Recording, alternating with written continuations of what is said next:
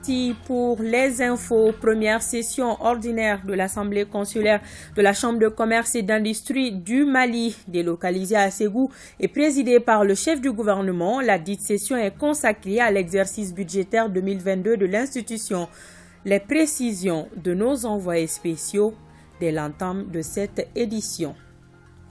Le 17 mars est la date d'anniversaire de l'assassinat du brillant étudiant malien Abdul Karim Kamara dit Cabral.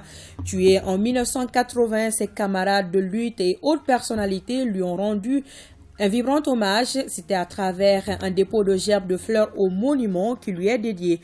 On fera le point avec Arjuma Tina. Un plaisir de vous retrouver. Bonjour à tous et bienvenue. Le Premier ministre, Dr Choguel Kokalamaïga, a présidé hier matin les travaux de la première session ordinaire de l'Assemblée consulaire de la Chambre de commerce et d'industrie du Mali, délocalisée à Ségou. La dite session est consacrée à l'exercice budgétaire 2022 de l'institution.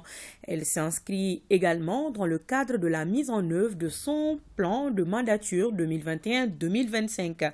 Toutes les délégations consulaires prennent part à la session. Nos envoyés spéciaux dans la cité des Balanzans, Garibou Pérou et Idrissa Traoré. Le budget 2022 de la Chambre de commerce et d'industrie du Mali se chiffre en recettes et en dépenses à 8 milliards 590 millions de francs CFA contre une prévision rectifiée budgétaire de 8 milliards 239 millions de francs CFA en 2021, soit une augmentation de 4,26%. Dans son discours de bienvenue, le maire de Ségou a témoigné sa gratitude à l'ensemble des élus consulaires qui travaillent constamment pour bâtir un Mali avec une économie forte. Cette session budgétaire se tient dans notre ville, à un moment où la Comatex, l'un des maillons économiques, est en arrêt d'activité. Et les travailleurs cumulent des arriérés de salaire. Cette situation de la Comatex fragilise considérablement l'économie de notre ville et le bien-être des populations. Par ailleurs, je profite de l'occasion pour saluer les efforts du gouvernement de la transition pour ce qui est du processus en cours par rapport au paiement des arriérés de salaire et de la reprise des activités au niveau de cette usine de façon pérenne. Pour le président de la Chambre de commerce et d'industrie du Mali, son institution nourrit des ambitions. Pour atteindre ses objectifs, elle doit mettre bouchée double. Notre plan de mandature 2015-2020 envisageait déjà un ambitieux programme de réalisation des infrastructures et équipements qui soutiennent les activités des entreprises nationales. Nous savons que notre pays traverse une crise multidimensionnelle depuis une décennie, mais il y a lieu aussi de reconnaître que les ambitions que nous avons nourries afin de contribuer au développement de notre pays ont parfois manqué d'accompagnement nécessaire des autorités. L'ensemble instrumental, avec une séquence triomphale du roi de Ségou, introduit le Premier ministre, traduisant ainsi la réussite de la transition. La volonté du gouvernement de faire en sorte que chaque Malienne et chaque Malien joue son rôle, et seulement son rôle.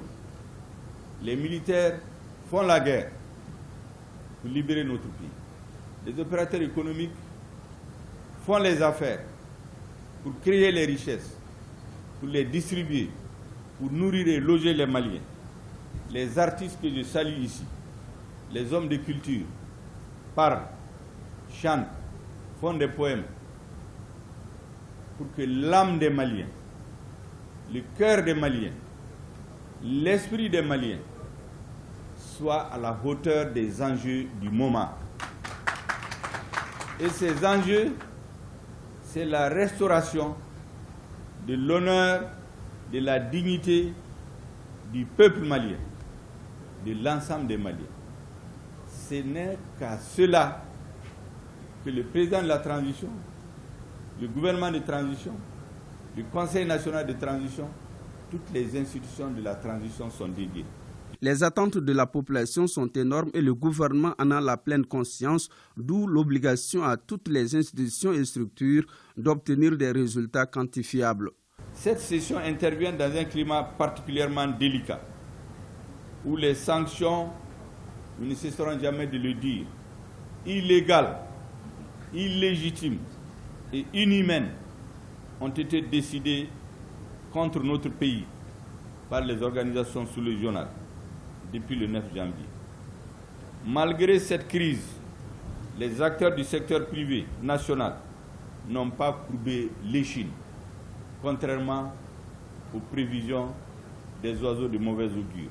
En ma qualité de Premier ministre et chef du gouvernement, de féliciter le président et l'ensemble des membres du bureau de la Chambre de commerce et d'industrie du Mali, ainsi que tous les importateurs et exportateurs, les industriels, pour avoir travaillé à l'approvisionnement régulier du pays en produits de première nécessité. La session budgétaire délocalisée se tient dans un contexte économique national marqué par des tensions économiques qui impactent la mobilisation des ressources.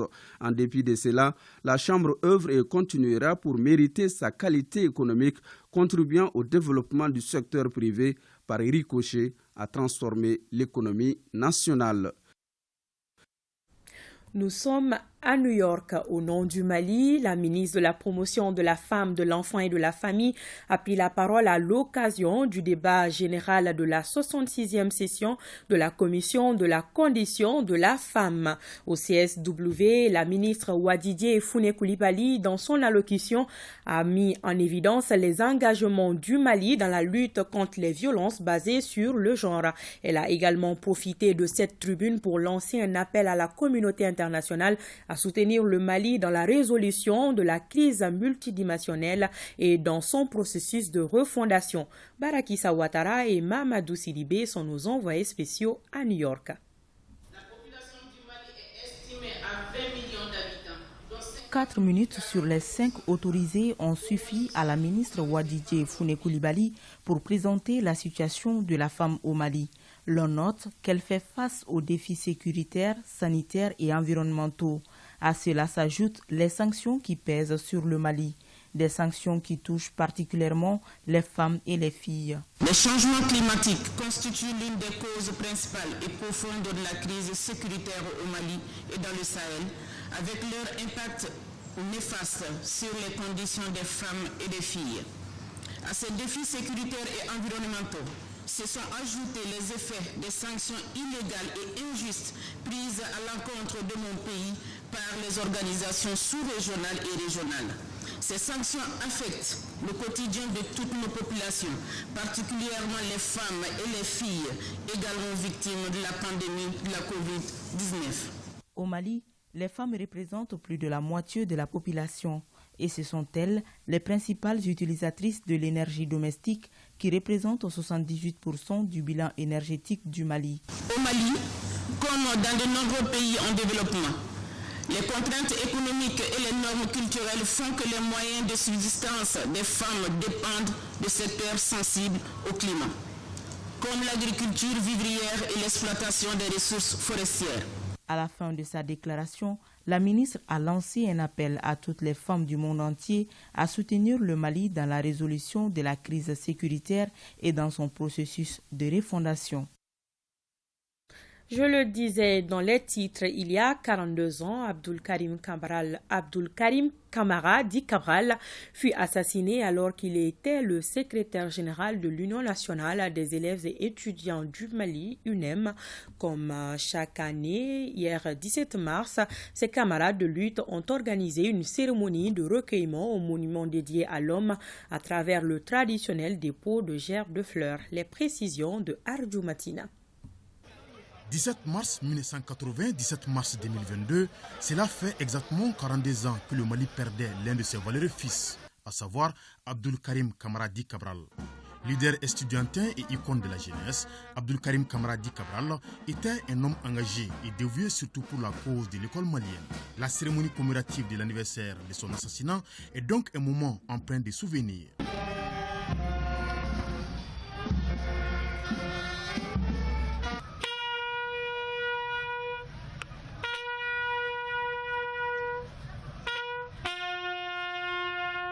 Le premier enseignement, c'était Abdul Karim Camara, était un jeune très studieux. Il n'aimait pas du tout tricher avec lui-même, donc il ne trichait pas avec les autres. Il fallait que la jeunesse d'aujourd'hui s'en inspire. Et c'est pourquoi nous avons pris le bonnet Cabral comme symbole. Et nous avons demandé à tous les étudiants désormais de porter ce bonnet Cabral. C'est un grand symbole pour notre camarade. Je tiens au nom des plus hautes autorités de notre pays, son Excellence le colonel Assimi Goïta, président de la transition, chef de l'État, le chef du gouvernement, le docteur Choguel Kokara Maïga. Nous tenons vraiment à remercier les camarades de l'illustre disparu pour leur engagement. On se souvient également que Cabral est un modèle de vertu, patriote et engagé pour son pays. Évidemment, toutes ces vertus aujourd'hui restent toujours d'actualité pour ses camarades et pour l'ensemble de la population malienne. Je pense que nous avons l'obligation de le célébrer davantage et de lui rendre un vibrant hommage en traduisant dans nos faits et gestes quotidiens justement ces vertus qu'il incarnait. En plus de cette cérémonie de dépôt des gerbes de fleurs, la journée commémorative du 40e anniversaire de l'assassinat d'Abdul Karim Kamara Di Cabral est aussi marquée par d'autres activités. Dans la cité des Rails, la cérémonie commémorative du 42e anniversaire de l'assassinat de Abdul Karim Kamara Di Cabral fut marquée par une marche funèbre et un dépôt de gerbes de fleurs au carré des Martyrs. On en sait plus avec Moriba Keïta. La coordination régionale de l'Amicale des anciens militants et sympathisants de l'UNEM, Union nationale des élèves étudiants de CAI et plusieurs élèves étudiants ont rendu ce jeudi un vibrant hommage à l'ancien secrétaire général de l'UNEM, Abdul Karim Kamara Di Cabral, à l'occasion du 42e anniversaire de son assassinat. À cet effet, ils ont marché de la tribune jusqu'au monument des martyrs près du gouvernorat où une gerbe de fleurs en la mémoire de l'illustre disparu a été déposée. Abdul Karim Kamara, guide éclairé, jeune étudiant de 25 ans, a disparu brutalement. Tes compagnons resteront fidèles à toi. Empreint de courage, d'initiative, incarné avec la ponctualité, l'honnêteté, l'assiduité et le travail bien fait. Ses vertus morales ont fait de lui un homme charismatique. Aujourd'hui, c'est un grand jour pour tous les élèves et étudiants du Mali, car Cabral est mort pour les élèves. C'est une initiative heureuse de perpétuer la mémoire de Cabral chaque année. Cabral, que nous avons toujours cru immortel du fait des idéaux qu'il avait acquis et qui vont sûrement être perpétués par les mouvements estudiantins qui feront en sorte que l'école restera le bon et meilleur cadre d'apprentissage. Rappelons que Abdul Karim Kamara Di Cabral est tombé un 17 mars 1980 quand il n'avait que 25 ans. À Ségou, les anciens militaires sympathisants de l'UNEM, l'Union nationale des élèves et étudiants du Mali, les élèves, les étudiants et les autorités scolaires sont mobilisés pour la commémoration du 42e anniversaire de la disparition de Abdul Karim Kamara Di Cabral. Le thème de la journée est la participation des jeunes élèves et étudiants dans la lutte contre l'insécurité, le terrorisme et le retour des déplacés dans leurs localités respectives. Le reportage de Amidou Diallo. La marche funèbre, le gerbe des fleurs, la montée des couleurs sont entre autres activités qui ont marqué la commémoration du 42e anniversaire de la mort de Abdul Karim Kamara Di Cabral à Ségou. Un anniversaire placé sous le signe de la participation des élèves et étudiants à la lutte contre l'insécurité, le terrorisme et le retour des déplacés dans leurs localités respectives. Nous avons choisi ce thème car notre pays, le Maliba, a besoin de toutes ses filles et fils pour sa reconstruction. Cabral, notre célèbre leader, est toujours battu pour l'unité, la stabilité, la liberté. Abdul Karim Kamara Di Cabral, son seul tort, si tort il y a, c'est d'avoir défendu l'école malienne, pas l'école des années scolaires arrangées, mais l'école en tant que système de formation du citoyen au service d'un développement harmonieux et durable de notre pays. Pour la circonstance, les acteurs de l'éducation invitent les uns et les autres à œuvrer pour une école performante. Abdul Karim Kamara Di Cabral, la commémoration de son assassinat instituée par les plus hautes autorités de la Troisième République vise à perpétuer son combat ainsi que celui de tous ceux qui se sont sacrifiés pour l'avènement d'un Mali démocratique et d'une école forte et apaisée. Des témoignages sur le leadership de Abdul Karim Kamara et des sketchs de sensibilisation ont marqué ce 42e anniversaire de la disparition de Abdul Karim Kamara dit Cabral. Fermons ce chapitre, mais nous restons à Ségou. L'association Iman vole au secours des personnes déplacées des sites de Zorofina et de Baradadi Sud. Cela à travers une remise dont la donation est composée de vivres et de non-vivres, dont des médicaments. Reportage Kandesila. C'est un ouf de soulagement pour les personnes déplacées des sites de Zorofina et de Baradadi Sud qui viennent de bénéficier de dons. Dons composé de vivres, riz, farine, sucre, huile, couscous, ainsi que de médicaments et autres nattes. La donation est l'œuvre de l'association Iman et de ses partenaires, l'OPAM et Yara Oal. Et répondre aux besoins de mes compatriotes est plus qu'une priorité, c'est une obligation. Les conditions particulièrement difficiles qu'implique le statut de déplacé a fait un écho en nous, l'association Iman et nos partenaires, et on ne peut pas rester indifférent face à cela. C'est à ce titre que l'association Iman, dont je salue ici le dévouement, ainsi que le dévouement de nos partenaires, dont l'OPAM et nos partenaires privés, a décidé d'apporter sa pierre à travers ce geste ô combien modeste mais significatif. Pour les bénéficiaires et les structures d'accueil, cette donation vient à point nommé. Cette donation va sans nul doute alléger nos souffrances. Surtout à l'approche du mois de Ramadan, nous remercions les donateurs.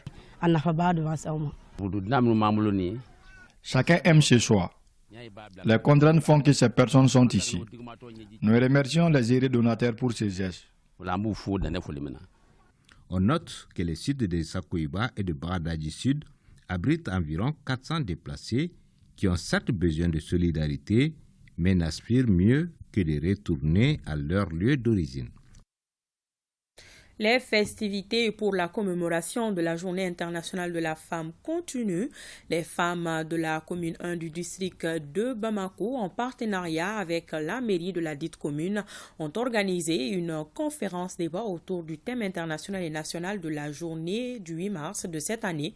Les débats ont aussi porté sur la loi qui fixe le quota, notamment la loi 052, dans la gestion des affaires publiques et privées sur la traite des personnes. Le compte rendu, Mohamed Sangari. Elles sont sorties massivement pour magnifier la journée qui leur est dédiée. Elles, ce sont les femmes de la commune 1 de Bamako. Au menu de la rencontre, une conférence débat avec les thèmes « Égalité aujourd'hui pour un avenir durable », le rôle et la place des femmes dans la refondation du Mali, le niveau d'application de la loi 052, une loi qui définit le nombre de femmes dans la gestion des affaires publiques, ainsi que la traite des personnes. Ces thèmes-là touchent directement les femmes. Si on parle de l'égalité pour tous, si les femmes ont la chance d'avoir les mêmes droits et les mêmes chances pour le développement, ça ne fait que faire développer les choses. Le deuxième thème, le rôle et la place de la femme au niveau de la refondation du Mali. Parce que si les femmes s'y impliquent, je pense bien que le développement sera assuré. Le Mali sera vraiment sortir de cette ornière-là.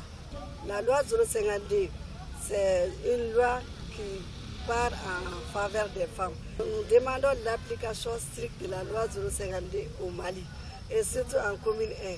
Le représentant du maire a donné l'assurance que le conseil communal reste toujours à la disposition des femmes de la commune pour l'atteinte des objectifs. Les femmes sont à l'instance suprême et elles participent à toutes les décisions prises par les conseils. Sur les 13 conseillères, 4 d'entre elles sont officiers d'état civil. Pour dire aux femmes de la commune 1 que la loi 52 est exactement respectée au niveau de la commune 1. L'exécution de l'hymne national et l'observation d'une minute de silence en la mémoire de nos forces armées et de sécurité ont été les temps forts qui ont dominé cette journée du 8 mars des femmes de la commune 1.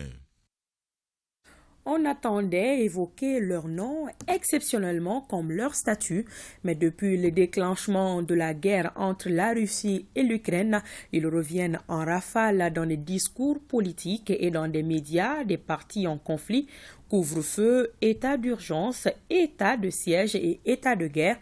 Du coup, ils s'invitent dans notre rubrique hebdo, un jour, une formule avec Souri Ibrahima Keïta. Couvre-feu ce mardi à Kiev, état de siège à Mariupol, état de guerre ailleurs au même moment. Suffisant pour sortir de ce bain révélateur, un jour et des formules du même nom. La famille de l'état d'exception au pain fin. Pendant le fonctionnement de la République, il y a deux périodes. Il y a la période normale et la période exceptionnelle. Alors, la période exceptionnelle, c'est la période à laquelle le principe de légalité est écarté. Donc on permet à l'État de prendre des mesures d'urgence. Pour modifier le comportement des citoyens, la Constitution donne autorisation au président de la République de décréter l'état d'urgence en Conseil de ministres. La prolongation faisant intervenir l'Assemblée nationale pour une rallonge, réaction juridique donc généralement constituée de déclarations gouvernementales en réponse à une situation grave et exceptionnelle posant une menace fondamentale à la nation. On constate l'état d'urgence à travers l'interdiction de circulation dans certaines zones. Il y a aussi l'assignation à résidence. L'interdiction des manifestations. L'état de siège intervient lorsqu'on se trouve dans une situation dangereuse. La grande différence entre l'état de siège et l'état d'urgence est que quand on est dans l'état d'urgence, c'est la police qui continue à garantir la sécurité des personnes et leurs biens sur le territoire.